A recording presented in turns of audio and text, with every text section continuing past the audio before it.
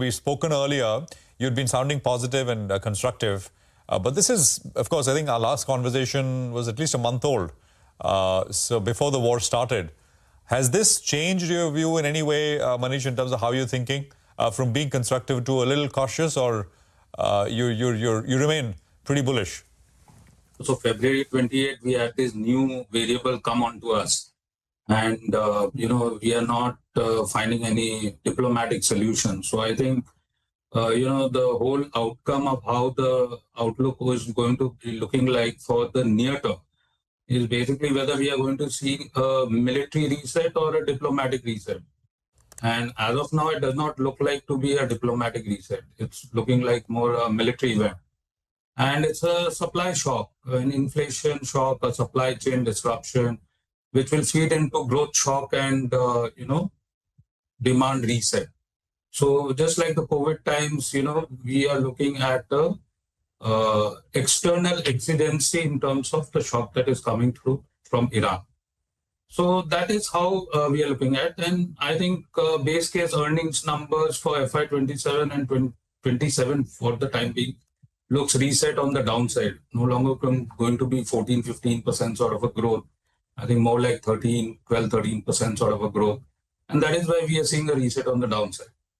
So I think all in all, whether it's going to, and this next 15 days or next 2 days, whether it's going to be hit very hard, will mean that whether it's going to be a second order demand destruction and economic compression and, reset of consumption, investments, energy, subsidies, all of these things are all in the air currently. And, we are still trying to find out how the situation is likely to play out.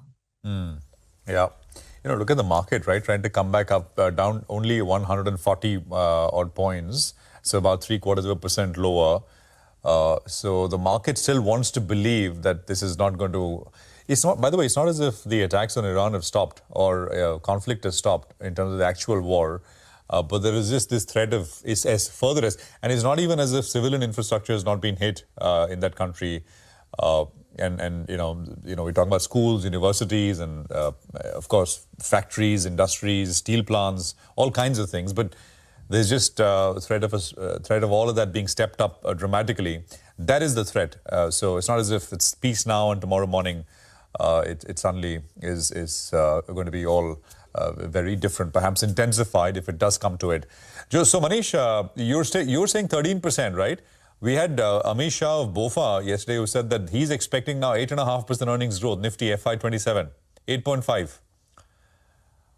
I mean, we got to see how it plays out. But, if this prolongs, then obviously it's going to be a further reset. But currently, I think 2% is par the course. And further escalation and further LNG disruptions and oil price disruptions will mean further downside to earnings. But currently... and mind you, if this is a supply chain disruption, it's not going to reset very, very quickly. You basically going to see FY27 being a washout year and markets will try to focus on FY28.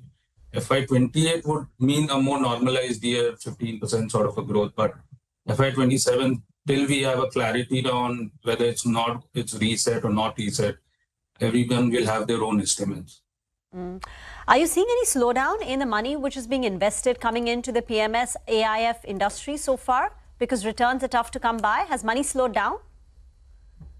I'm given to understand that this month's SIP numbers are going to be slightly lower than the last month numbers. And similarly, the same outlook is there for the alternates industry. So, flows are coming in, but they are coming in by way of a trickle as opposed to what the numbers were looking like a month back. Amidst the correction that we've seen so far, do you think that there are opportunities to, pick some stocks or sectors which were earlier higher and now are, not as impacted by the war, but the prices have come to an attractive level? Across the board, we are talking about Nifty 50 valuations are closer to COVID numbers, this 18, 19 times. I mean, how much lower you could go? I think valuation at 17, 18 times is supported. It's just that what the numbers are going to be looking like on the benchmark. There has been a significant amount of correction across the market. There is value across the spectrum. It's a pick and choose. So wherever there is earnings comfort, and I think some of the sectors which are likely to be resilient in this difficult phase is where there is going to be resilience. So, you have fossil fuels being in the energy being at the center. So something like power and focus on renewables and electric vehicles and batteries, they will be more or less resilient. Financials, they'll have a superlative number going into the fourth quarter, and hopefully you should not see too much of a reset on the credit cost, and deposit accretion should be good. So financials again looks good.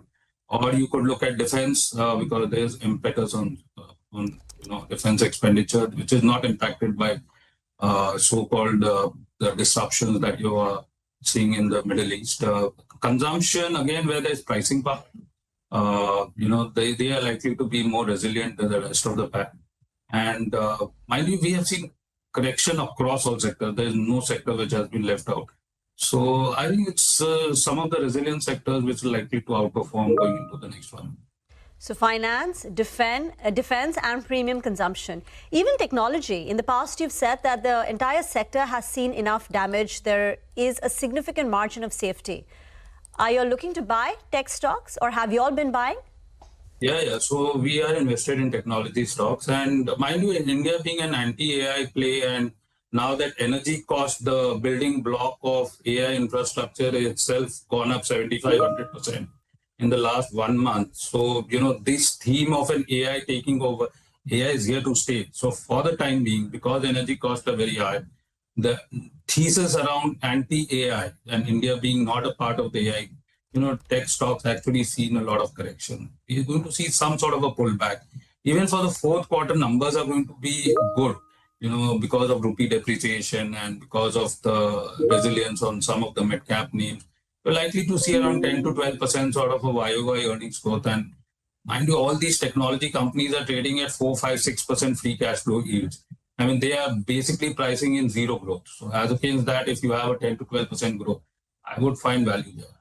Take that point. And as we speak, the IT index is actually at the high point of trade. And that's the one that is actually, taken the Nifty off morning lows. The Nifty is now cut its deficit to just about 90 points. And that's a big recovery that we've seen. Even the Nifty Bank, which at one point was lower by over 1%, has now curtailed its losses to just about 400 points. So the buy on dips so far has, played out early in the morning to call that out. But, it definitely looks like there are people who are looking at lower levels as attractive opportunities. By the way, advanced declines advanced become advanced decline now. Yeah, so 1,700 stocks are higher and 900 stocks are lower. So if you have the NSE, there you go. That's the picture. That's pretty stark, right? From the morning, it's completely turned. So broader markets, we've been seeing this action for the last 3 days now, and actually last 2 days, last Thursday and yesterday as well, and it is the case today as well. V-Mart, once again, right, third day of strong gains on V-Mart. 5% is a top volume-led gainer this morning. There's Hindalco, which is up 3.33%. There's a brokerage call there. Vedanta is up 2.6%. So metals are doing very well. There is RPSG Ventures, which has gone up like a rocket, from 600. It's basically doubled in about 7-8 days. Yeah, it's doubled. Then there is GMDC, lots of metal names. Garden Reach is up about 1.25%. Titagarh did well yesterday. That's up about 3%. Data Patterns is up 1.25%. Ganesha Ecosphere is up sharply, actually, in the last 3 days from about 700 to 1100.